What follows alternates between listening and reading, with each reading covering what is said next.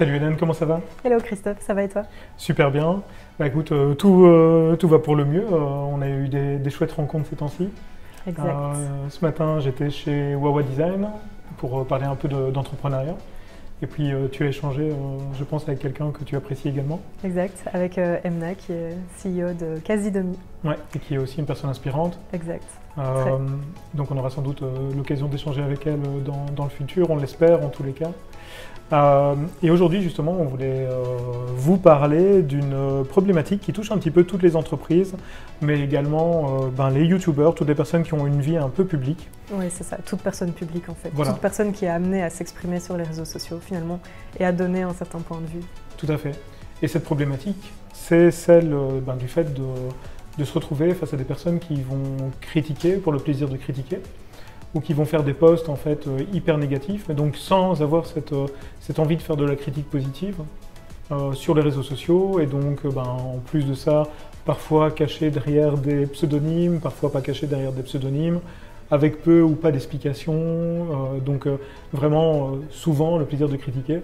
Et donc on nous demande parfois comment gérer le fait d'avoir des haters, le fait d'avoir des remarques incessantes pour certains sur les réseaux sociaux et qui peuvent toucher à tout et à n'importe quoi.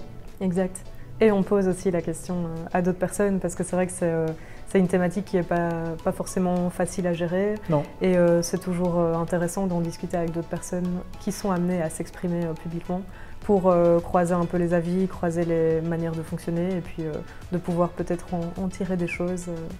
Et effectivement, c'est vraiment une problématique qui est connue, qui existe et qu'on voit quand on en discute autour de nous, ça revient systématiquement, quoi. Tout à fait.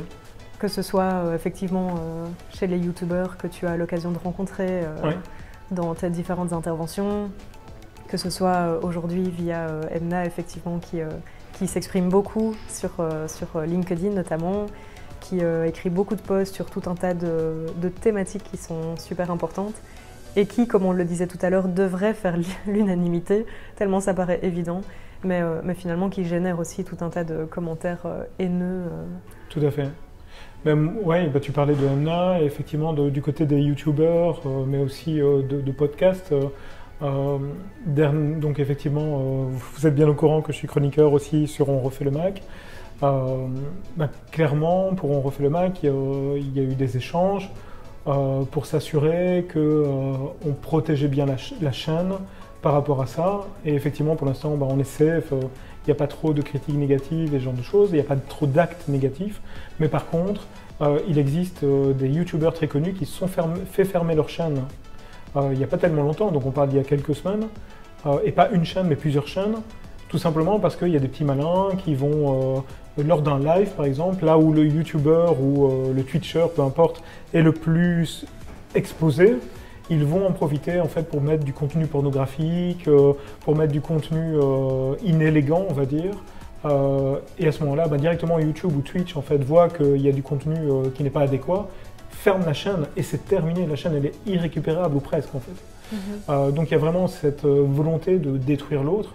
Et puis le dernier exemple aussi, c'était celui, vous avez peut-être vu, j'ai fait une vidéo en live en fait depuis la voiture en rentrant de Paris concernant Carole Quinten, qui est aussi une youtubeuse, mais vraiment number one avec Julien en France et du côté de la francophonie sur les jeux vidéo en particulier et un peu de la tech aussi.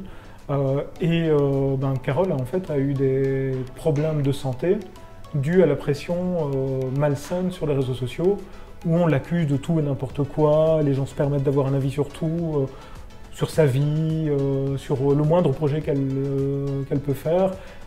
C'est hyper négatif, hyper inadéquat comme comportement. Mais malgré tout, il y a ces haters, donc c'est vraiment, dans un cas comme dans l'autre, le contenu pornographique en question, pour faire fermer la chaîne, c'est volontaire. Le fait de vouloir faire mal à autrui, en fait, par la répétition du message, d'un message inadéquat, c'est volontaire aussi, et tout ça c'est des haters, donc ça existe en fait, et on ne peut pas en faire abstraction.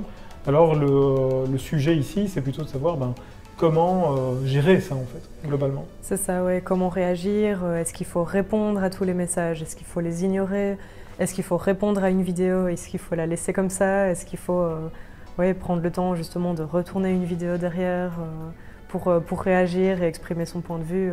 C'est vrai que c'est tout un tas de questions qu'on se pose en fait quand on est confronté à ce genre de choses. Tout à fait.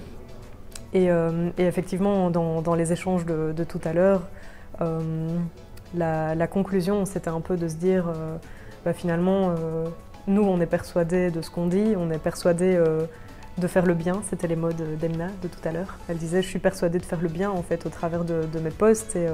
Et puis voilà, il y a toujours des gens qui ne seront pas d'accord. Et quelque part, la question, c'est aussi, est-ce qu'on...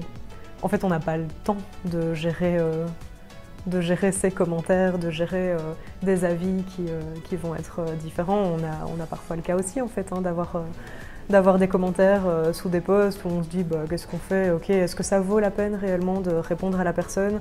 Est-ce qu'on veut réellement rentrer dans ce débat et avoir tout un tas d'échanges? Est-ce qu'on a l'impression qu'on va arriver à une vision commune ou à quelque chose de constructif? Si la réponse est non, on a très vite notre réponse en fait. Oui, et la question est, la réponse, c'est souvent non.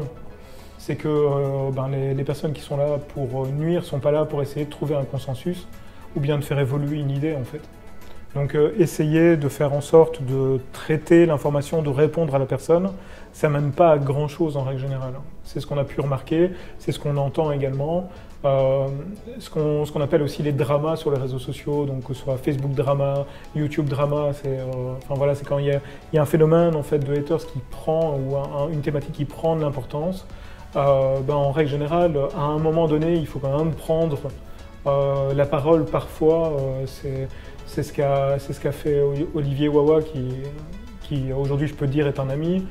C'est ce qu'il a dû faire à un moment donné parce qu'il a été transporté dans un mélodrame sur YouTube et il a voulu donner une réponse en disant voilà factuellement c'est ceci. Il s'est arrêté là, il n'a plus répondu derrière, mais il a au moins répondu.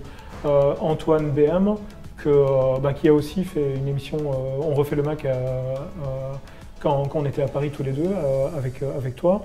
Antoine BM en fait a été aussi dans un drama comme ça sur YouTube. Vous pouvez aller jeter un coup d'œil et vous allez voir un peu du côté des mots-clés la main fâchée Antoine BM et vous allez voir il s'est retrouvé accusé de choses complètement incohérentes par des liens qui étaient faits en fait par des personnes qui étaient là pour détruire sa réputation, pour faire du putaclic aussi, etc.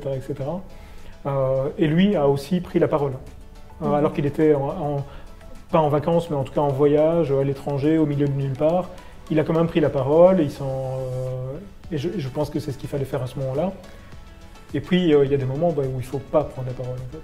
C'est ça, en fait, tout dépend un peu de l'enjeu et de l'ampleur. Effectivement, quand ça commence à prendre de l'ampleur et quand ça devient, comme tu le dis, un drama, en fait, ça vaut la peine peut-être de s'exprimer. Avec le risque parfois que ça commence à être un ping-pong, tout à fait. Que les personnes effectivement répondent derrière, etc. Mais oui, il y a certains cas en fait où ça vaut la peine de s'exprimer et de clarifier les choses.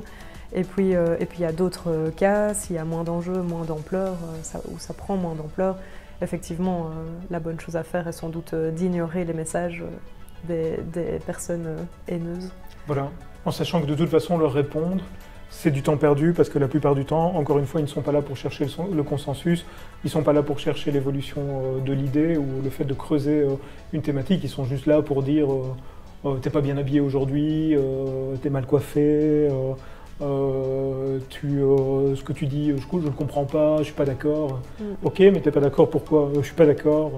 Donc ça ne servirait à rien en fait de parler avec eux à un moment donné, mais il faut juste arrêter. Et si le contenu est offensant, réellement offensant pour l'une ou l'autre personne, la personne qui a tourné la vidéo, qui était derrière la caméra, peu importe qui, un invité, etc. Moi, je pense que le mieux c'est de supprimer ça pour retirer pour avoir de la good vibes en fait, et plutôt d'avoir quelque chose de négatif, quoi. C'est certain. Effectivement. Après, ça prend du temps aussi. Hein. Le community management, la gestion des commentaires, ça prend du temps. Et tout dépend aussi de l'ampleur de la marque dont on parle. Mais oui, ça prend du temps aussi de faire ce filtre. Et la question aussi, c'est est-ce que j'ai envie d'allouer mon temps à ça ou est-ce que j'ai envie d'allouer mon temps à des choses qui sont plus positives, plus constructives et puis qui ont une réelle valeur ajoutée. Tout à fait. Donc pour résumer, parce que je pense que tout a été dit de ce côté-là, qu'est-ce que tu en penses, Hélène? Donc pour résumer, la façon de réagir à un post offensant, à un vrai post de hater sur les réseaux sociaux, c'est si ça monte en drama, effectivement, peut-être faire une vidéo, une réponse en fonction du média que vous préférez et puis s'arrêter là, être sur les faits, pas dans l'émotionnel, etc. Et puis répondre une seule fois, comme ça on a répondu et c'est terminé, ça a été clarifié. Après il pourra continuer en fait à s'époumoner s'il le désire. Deuxièmement, faire en sorte de ne pas tenir compte ou de peu tenir compte de posts sur lesquels de toute façon on ne va pas avoir d'échange en fait constructif. Et du coup aussi d'un point de vue émotionnel, et ça c'est le plus difficile, d'essayer de prendre du recul par rapport à ça. Et c'est vraiment pas simple. C'est ce que je disais vendredi matin en fait à Carole et à Julien. C'est vraiment des gens avec une force de caractère. On n'en arrive pas là où ils sont sans une force de caractère. Mais malgré tout, il y a un moment de la vie où on peut être plus fatigué, plus perméable en fait à la critique. Et dans ce cas-là, effectivement, c'est pas toujours si évident de pouvoir bien réagir, mais dans l'absolu, il faudrait essayer de s'en foutre, quoi, quelque part. C'est clair. Super. C'est clair. Merci. Yes. Merci beaucoup, Hélène. Avec plaisir, merci à toi. Pour les échanges. Merci à tous. On attend vraiment vos échanges positifs, constructifs. Par rapport à tout ça, n'hésitez pas à partager la vidéo, à liker la vidéo, à partager, faire des commentaires. Faites en sorte de porter les good vibes justement en fait, pour prendre la place à la place des mauvaises vibes. Et surtout, on vous souhaite une excellente semaine. Ciao.